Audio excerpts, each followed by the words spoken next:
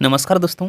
जो दो वैकेंसी का अप्लाई हो रहा है, चाहे पीजीटी की बात करूं या लैब असिस्टेंट की बात करूं, ठीक है। तो अगर लैब असिस्टेंट की आप क्वेरी की बात करें तो लैब असिस्टेंट के बारे में मैं आपको आज बताना चाहता हूं। इससे पहले पूरा वीडियो की मैं बात करूं, वीडियो को पूरा डिटेल्स आप देखें और चैनल को सब्सक्राइब करें, शेयर करें, लाइक करें।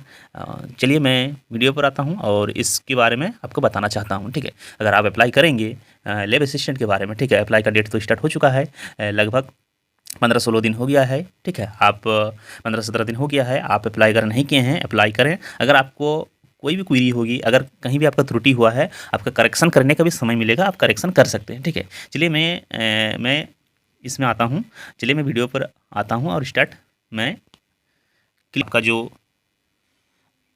इस तरह का होगा, नो मैं करता हूँ। लोग नो करने के बाद इस तरह का कुछ इंटरफेस आपको दिखेगा, ठीक है। अगर आप अप्लाई नहीं किए हैं अप्लाई कर सकते हैं, ठीक है। आप भारत का सिटीजन हैं तो आप इसमें तो यस करेंगे ही।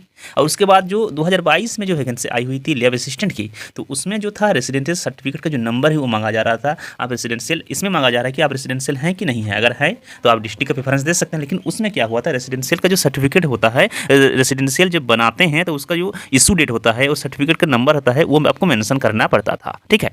तो इसमें क्या है, इसमें वो सब नहीं करना पड़ रहा है। जो कास्ट सर्टिफिकेट है, चाहे ईडब्ल्यूएस की मैं बात करूँ या ST/SC की बात करूँ, BC1 BC2 की बात करूँ, वो मेंशन करना पड़ता था। लेकिन इसमें नहीं है, इसमें आपको बिना मेंशन किए आप इस फॉर्म को भर सकते हैं। और जो महत्वपूर्ण जो जानकारी है आप इसमें देख सकते हैं। मैं आपको भी ये दिखाना चाहता हूँ कि ये देखिए, are you local resident of Jharkhand. चलिए मैं आपको इसमें 2022 से ये हाँ येस करेंगे। येस करने के बाद आपको सेलेक्ट यानी चूज़ योर डिस्ट्रिक्ट, है ना। आप अपना डिस्ट्रिक्ट को चूज कर सकते हैं, जो भी डिस्ट्रिक्ट होगा, जो है ना, 24 डिस्ट्रिक्ट में से किसी एक डिस्ट्रिक्ट को, ठीक है। अगर नहीं करते हैं तो आपको, अगर आप नहीं करते हैं तो क्या होगा, चलिए, ये candidate will be consider is ever, यानी आपको ईवर कंसीडर किया जाएगा, ठीक है। अगर मैं रिजर्वेशन कैटेगरी की बात करूं तो रिजर्वेशन कैटेगरी आपका ईवर होगा, ठीक है। अगर येस करने के बाद आपको डिस्ट्रिक्ट प्रेफरेंस देना पड़ेगा। आपका जो डिस्ट्रिक्ट प्रेफरेंस मैं बोकारो दे देता हूँ। बोकारो देने के बाद आपको सिलेक्शन करना होगा आप कौन सी कैटेगरीज के हैं, ईवर, SC ST BC1 BC2 EWS, ठीक है। ये आपको सिर्फ कोई सर्टिफिकेट नहीं मांगा जा रहा है, कोई इशू डेट या सर्टिफिकेट नंबर्स जो है वो सब कुछ भी नहीं मांगा जा रहा है। यानी आप समझ सकते हैं कोई भी ये अप्लाई कर सकता है, ठीक है। तो कोई भी अगर बाहर का होगा, अगर यहाँ किसी भी तरह से सर्टिफिकेट अगर बनवा लिया है, बन भी जाता है तो बना लिया है तो वो अप्लाई कर सकता है, ठीक है। कुछ भी नहीं मांगा जा रहा है, सर्टिफिकेट नंबर ऐसे वगैरह कुछ भी नहीं है।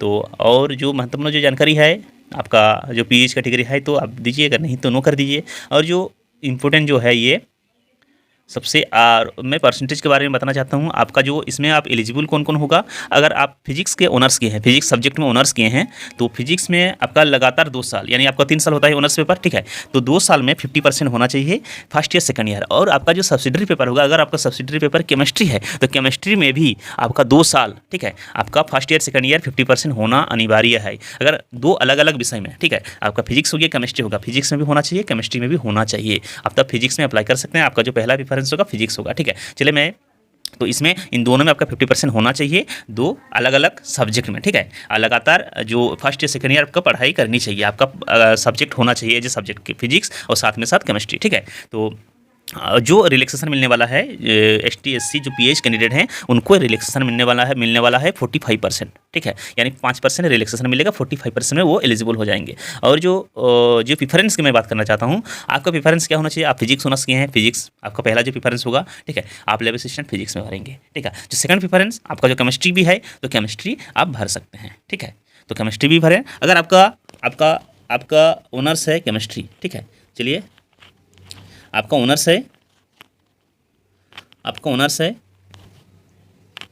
अगर आपका ऑनर्स है केमिस्ट्री तो केमिस्ट्री भर सकते हैं। उसके बाद आप फिजिक्स भर सकते हैं, ठीक है। तो प्रेफरेंस आप दे सकते हैं। आपका क्वालिफिकेशन ये होना चाहिए, ठीक है, क्वालिफिकेशन होना चाहिए आपका ग्रेजुएशन हो किसी भी सब्जेक्ट में, तीनों में, फिजिक्स केमिस्ट्री बायोलॉजी, है ना। तो ये जो महत्वपूर्ण बदलाव है, और सिलेबस की मैं बात करना चाहूँगा। सिलेबस तो जो था वही है, कोई चेंजेबल नहीं है, कोई चेंज नहीं किया गया है सिलेबस में।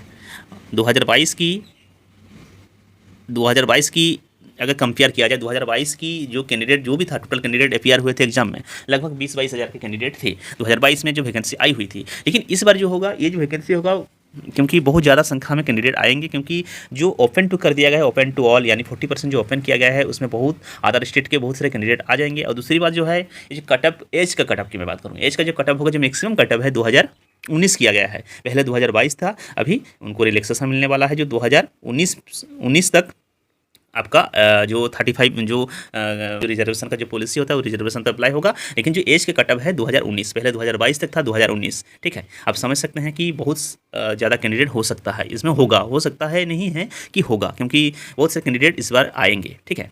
इनको 2019 कर दिया गया है, जो मिनिमम होगा 2023 है, ठीक है। मिनिमम जो है 2023 है, जो मैक्सिमम है 2019 है, यानी आपको 3 साल छूट मिला है।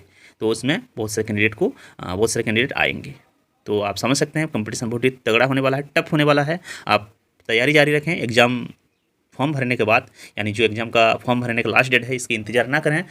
बहुत सारे कैंडिडेट तो भर रहे हैं, इस बार भी फॉर्म भर चुके हैं। अगर कहीं भी त्रुटि होगी तो आप करेक्शन कर सकते हैं, करेक्शन करने का मौका आपको मिलने वाला है, JSSC देगी। तो आप इस तरह से इस फॉर्म को कर सकते हैं। लैब असिस्टेंट बनेंगे, लैब असिस्टेंट आपका फिजिक्स है। आपका सिलेक्शन कैसे होगा, चलिए मैं आपको बता दूं कि आपका अगर अच्छा नंबर है तो सिलेक्शन जो पहला जो प्रेफरेंस दिए हैं तो पहले नंबर पर होगा, उसको सेकंड प्रेफरेंस दिए हैं सेकंड पर होगा, ठीक है। इस तरह का ये जो बदलाव किया गया है, ये ऐसा नहीं था प्रेफरेंस 1 प्रेफरेंस 2, तो उसमें भी भर सकते हैं।